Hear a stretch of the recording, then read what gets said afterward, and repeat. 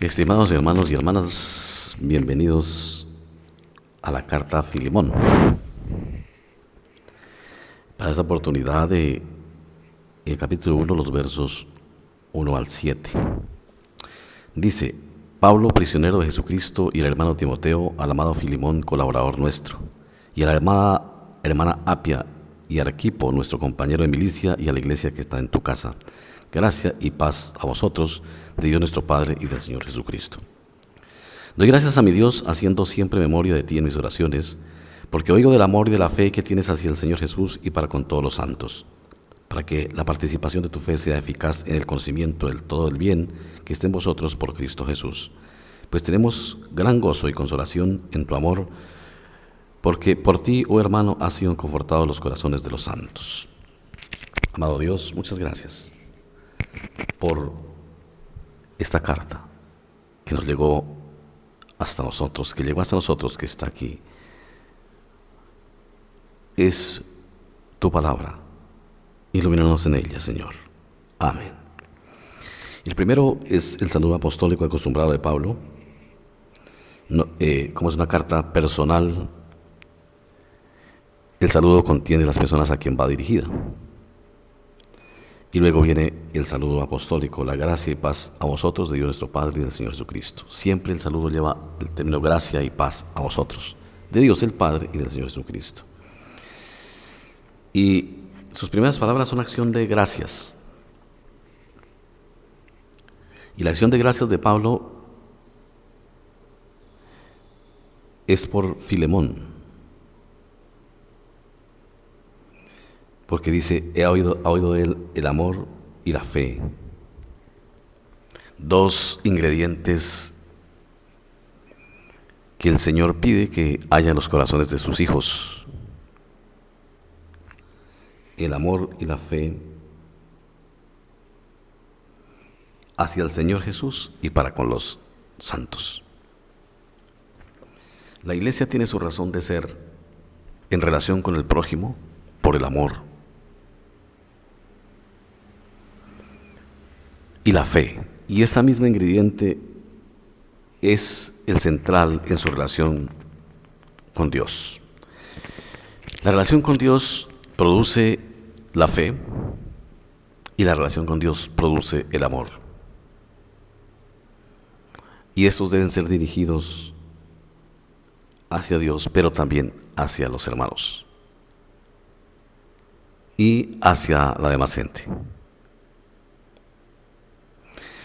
A veces uno se pregunta qué sentido tiene la religiosidad limitada solamente a ritos y costumbres. Muchas veces cuando ni siquiera el amor dentro del interior de la iglesia se vive. Cuando muchas veces inclusive es el orgullo y la vanidad la que imperan. Pero ahí, cuando eso sucede dentro de nuestros corazones, hay que hacer un alto en el camino y decir: ese no es el propósito de la iglesia. Porque la iglesia, lejos de ser un club de socios, es un cuerpo, y debe ser un cuerpo. Esa es la naturaleza de la iglesia. Un cuerpo cuya cabeza es Cristo, que tiene una misión, y es manifestar el amor de Dios al mundo. Pero para manifestar el amor de Dios al mundo hay que manifestar el amor de Dios internamente, porque dice un refrán que nadie puede dar lo que no tiene. No se puede dar hacia afuera lo que dentro no hay. Si en el corazón de la iglesia no está el amor, eso no va a poder dar la iglesia. Por eso, en la iglesia primitiva hay ejemplos hermosos de cómo muchos se convirtieron al cristianismo solo viendo la manera y el amor con que se trataban los creyentes internamente, dentro de la iglesia. El amor tiene que ver no con palabras, no con el yo te amo en el Señor y hasta ahí. El amor en la iglesia tiene que ver con la acción en muchos aspectos de la vida entre los hermanos. Primero, la oración unos por otros, el colaborarse unos a otros, es el compadecerse los unos de los otros, el llevar las cargas los unos de los otros, el restaurarse los unos a los otros, el darse esperanza los unos a los otros, el exhortarse los unos a los otros. Dios muchas veces permite que en la iglesia haya cosas, sucedan cosas para ver nuestra actitud cuando éstas suceden. Por ejemplo, que un hermano tenga una caída, un resbalón, como se dice. Lo que Dios también quiere ver es cuál es nuestra actitud frente a Él. Si es de juicio o de restauración. Cosas como esas muestran lo que hay en nuestras vidas, en la vida de la iglesia. Si fuimos restaurados por Cristo siendo pecadores, debemos llevar la misma dinámica hacia otros. El perdón. Sin perdón no hay restauración. Y todo esto está encerrado en la palabra que San Pablo le dice a Filemón, por la cual da gracias, dice, en ti hay amor para con los santos. Dice, para que la participación de tu fe sea eficaz en el conocimiento de todo bien que está en vosotros por Cristo Jesús. Pues tenemos gran gozo y consolación en tu amor, porque por ti, oh hermano, han sido confortados los corazones de los santos. Han sido consolados los corazones de los santos. Y ser confortado no solamente es un aspecto que debemos tener en momentos de dificultad, en dolor. ¿Por qué? Porque cuando nosotros también estamos en problemas, cuando una persona está en problemas, cuando una persona se ha equivocado, el corazón también está desconsolado, porque se siente culpable y necesita ser confortado. No es solamente cuando llora, sino cuando se equivoca. Nosotros muchas veces pensamos que confortar solo es cuando una persona está triste por alguna razón o porque está pasando por un problema muy difícil, de pronto de la muerte de un ser querido, de pronto de la falta de pan o una crisis familiar, cualquiera que ésta sea. Entonces, nosotros tenemos bien entendido confortarle, pero cuando la persona ha cometido un error, o digámoslo abiertamente, ha cometido un pecado, ahí no le confortamos, ahí lo juzgamos. Usualmente lo que usamos procedemos a juzgarlo. Ese corazón también necesita ser exhortado, sí, pero también confortado. ¿Por qué? Porque necesita escuchar el perdón de Dios y el nuestro. Muchas personas, en vez de recibir una palabra de perdón, de exhortación, desde luego el perdón también implica exhortarlo, por supuesto,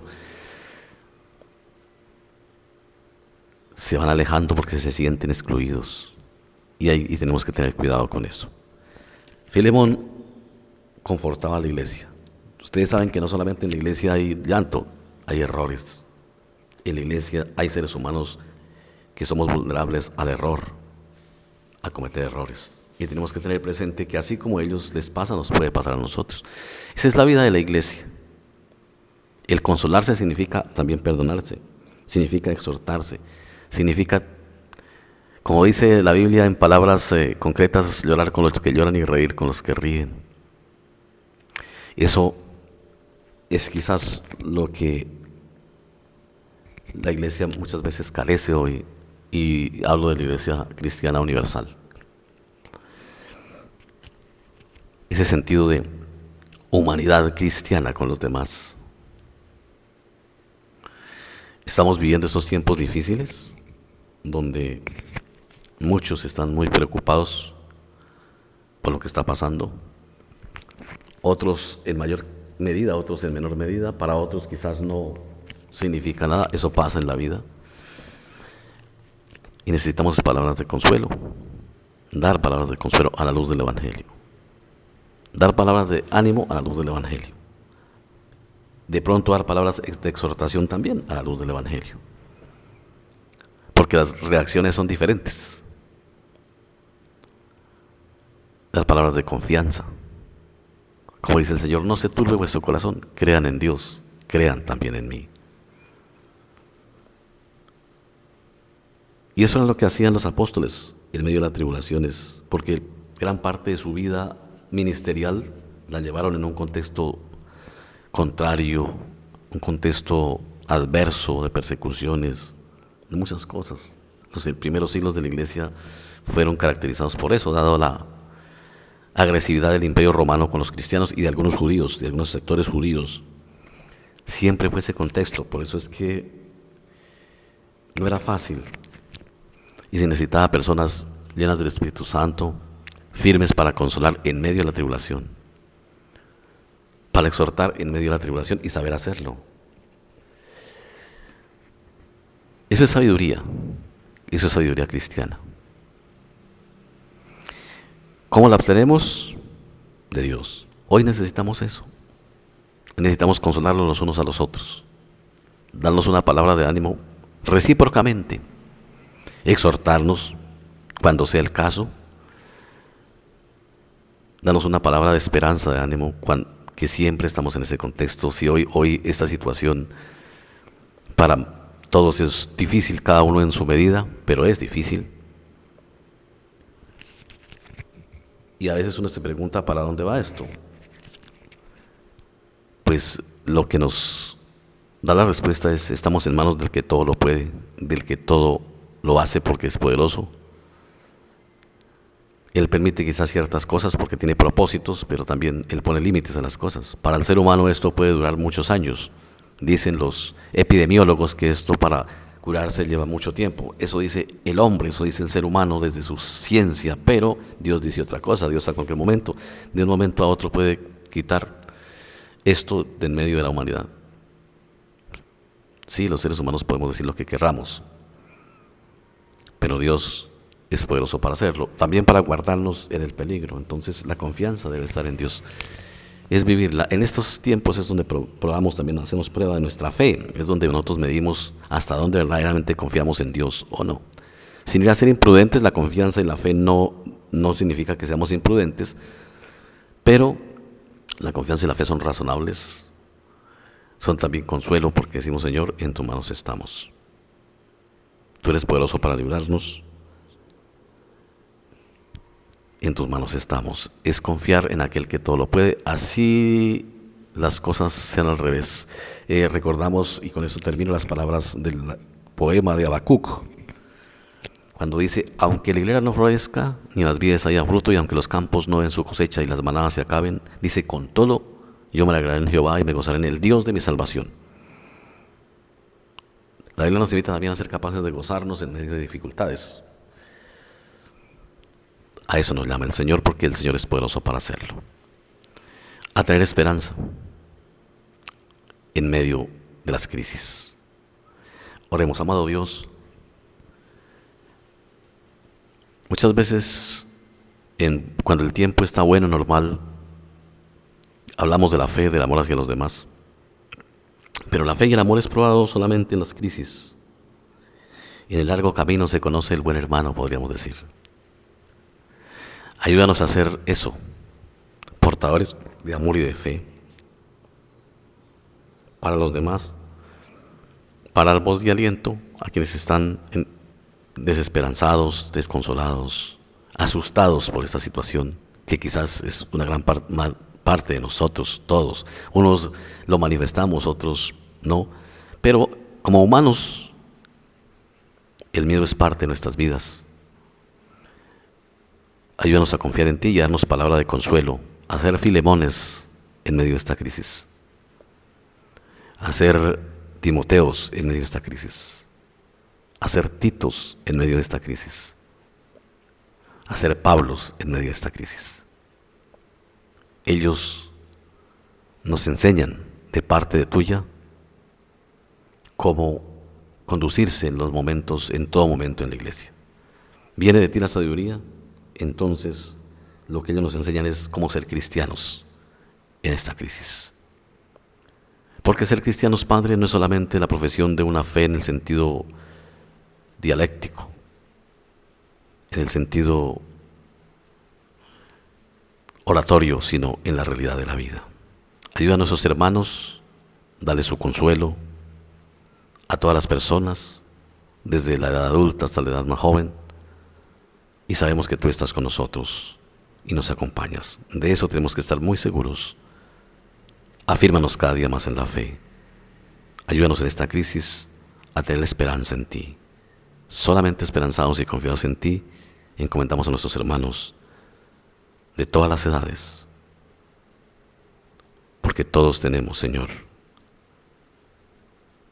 esos miedos, pero también tú nos pones esa esperanza en el corazón.